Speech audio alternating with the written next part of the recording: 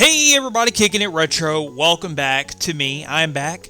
I hope you guys liked that intro, that updated intro. I've got a match here for you. We're stepping back in time, all the way back on Pokemon Pearl, where there was only camera Wi-Fi battles versus Max, aka Armin. I'm not going to waste any time, let's jump directly into it and see why Gyarados is still fierce, even today. One of the most useless Pokemon turned into one of the biggest beasts of all time. Now, I'm going under the assumption that Flygons normally like to do Choice Scarf shenanigans, which is why mine's not quite that type of set today. Very, very unsuspecting. Now, he has what I'm assuming to be a Dragon Dance Gyarados. I've got two checks in the form of Vaporeon number 1, but I also have Tinkerbell. For those of you that didn't play Gen 4 a lot, Tinkerbell is a specific type of Celebi that is set up with max physical defense and max bulk to take things down like Dragon Dance Gyarados, although it is absolutely terrified of Bounce Gyarados. That being said, there are two Dragon Dances, and I'm getting a little scared. I know Vaporeon can take any one hit regardless of what it is, and I just want to go for a Fake Tears. I'm actually using Fake Tears Wish Protect Surf Vaporeon. It's pretty cool as a little bit of a mitigator for the rest of my team. I do have that special Flygon that I was talking about in the back, and you guys will see that later on in the battle. But guys, how the heck are you doing? I've got so much to show you guys and so much that I'm working on behind closed doors. Let's give a big shout out to YouTube in general for allowing us to now have A and B testing for thumbnails. It's so amazing. I'm sorry, Armin, for taking so long to get the battle up, but I'm sorry to my viewers and all of my amazing folks. Anyways, there's a earth-shattering earthquake happening here, and Vaporeon does not take it. You know, I really thought I could take that, but I'm not a bold Vaporeon, just max HP. Modest, I believe, max special attack, max HP. However, I have Kingdra, and I'm thinking, okay, well, maybe I can take a hit with Kingdra. Guys, this is just showing why Gyarados is still so fierce. Now, before you go, well, you could just go into Celebi. Most Gyarados actually don't carry Bounce in this generation, so Celebi is pretty safe. However, now that it's at 3 Dragon Dances, it easily 2-hit KOs me with the Ice Fang. So I do have to be careful of that and think about it in the back of my mind. But remember, I do have that Fake Tears, and that's really, really important. I decide now to send in that Tinkerbell a little too late, as we say here.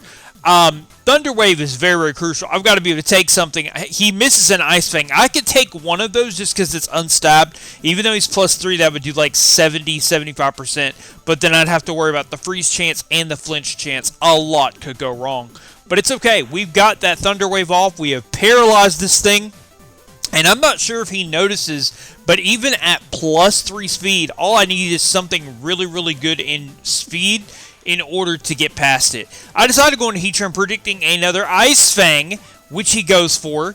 And I'm thinking, okay, well, Heatran is definitely faster than Paralyzed Gyarados, even at +3. Nope.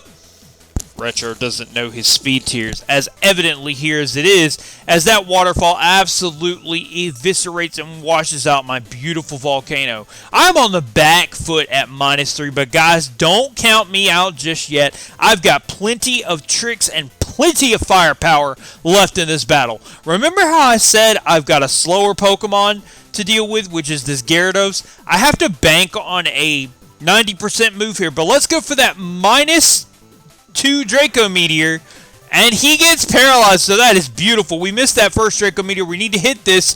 Remember, he is at -2 special defense, and I have a max special attack invested Flygon. That is absolutely gone. That threat is...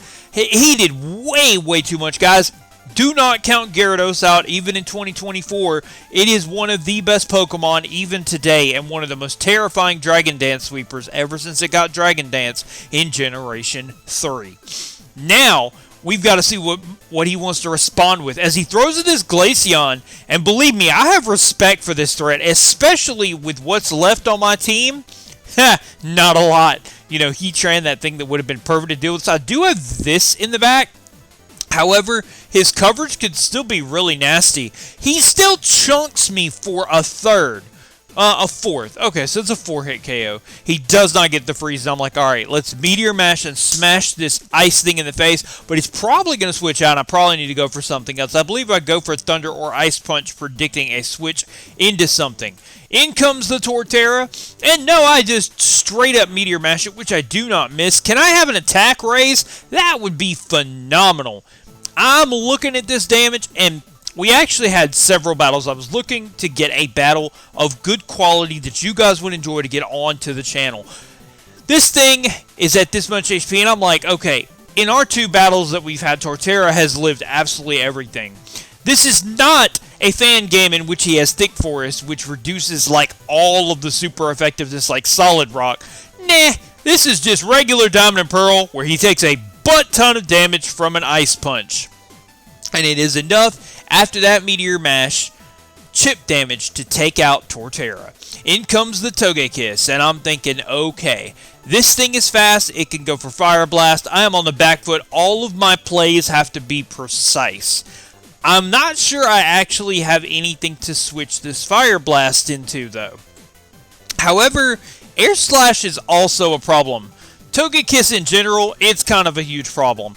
I'm thinking, alright, so maybe he'll just go straight away for a Fire Blast. So I go to Flygon to take this Fire Blast, and he does indeed go for the safe Fire Blast. So that's really, really good. Flygon can definitely take one of those. Now, remember how I said modest max special attack Flygon? Well, it couldn't be more evident in this turn right here that Draco Meteor is going to chunk this Togekiss for right over half. And that is glorious. I'm thinking maybe... Nah, not with a -2 special attack. I can't take it out from this range. In comes an Air Slash. 216. How much is this going to do? That's going to bring me all the way down to 62 HP. Now, let's keep in mind, I could bring in my Metagross here on the Air Slash. Now, because I know what you're about to say. Retro, you could Bullet Punch. Max makes an amazing play going for a Fire Blast on the switch. The Bullet Punch would not have mattered. Even the Aqua Berry here is going to weaken that Fire Blast power. I know I need Flygon to win this match. I probably should have sacked something and went back into Metagross, got rid of my Aqua Berry to take this thing out. This does not have Bullet Punch. I would like to inform everyone, if you did not notice in the very first screen, in the waiting room screen, I'm actually playing on my OG copy of Pearl back from release day, save file and all, nothing edited, nothing changed. I bring in Celebi here, thinking I could take a Fire Blast, and Togekiss proves me absolutely wrong. 128, and since I am a max HP, max defensive Celebi, I am not faster than this thing. And because this is my tankiest mon on my team, I definitely, should have preserved it.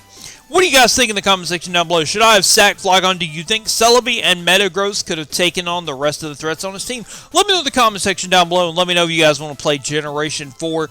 I am working on trying to work from home again, so that I can be back around more, even if work from home is to start my career with YouTube.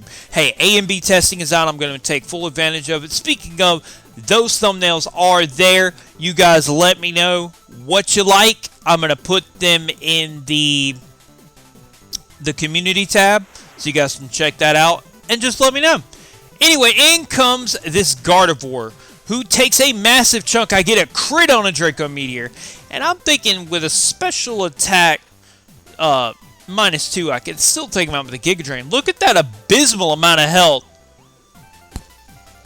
Nope. Down to a sliver. And because it is down to a sliver, he sets up that Light Scream.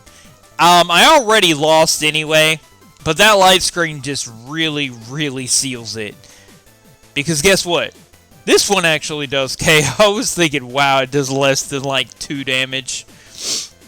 Flygon's not sitting that pretty though. 78 is not a good health to be at. He's still got Togekiss, but he's also got Lucario. My team is already weakened down to the point that Lucario can easily come in, set up a Swords Dance if he wants to, and sweep. Guys, let me know what you think my Flygon is in the comment section down below. And I'm curious to see what your thoughts are on the team and the match overall. What do you think? Is Gyarados still just as terrifying as it was ever since it got Dragon Dance in Generation 3 Emerald? I think it's been absolutely terrifying. I do have my Metagross left. Unfortunately, Metagross cannot take a close combat from this range, and we do not outspeed Lucario naturally, because Retro doesn't know his speed tiers. But a really, really cool little tidbit before we finish up here. Max actually has learned a lot in the 3 matches we've had. This is a person who did not know a lot about competitive Pokemon. And for that alone, this match was worth uploading. Thank you, Max, for the game. Thank you, Snowboy Temple, and I'll see you guys for the next match. I've got a ton of things in store. A lot of things I've been working on these past couple of weeks and months. Working from home. I'll see you guys soon. Take care. Power on, power off.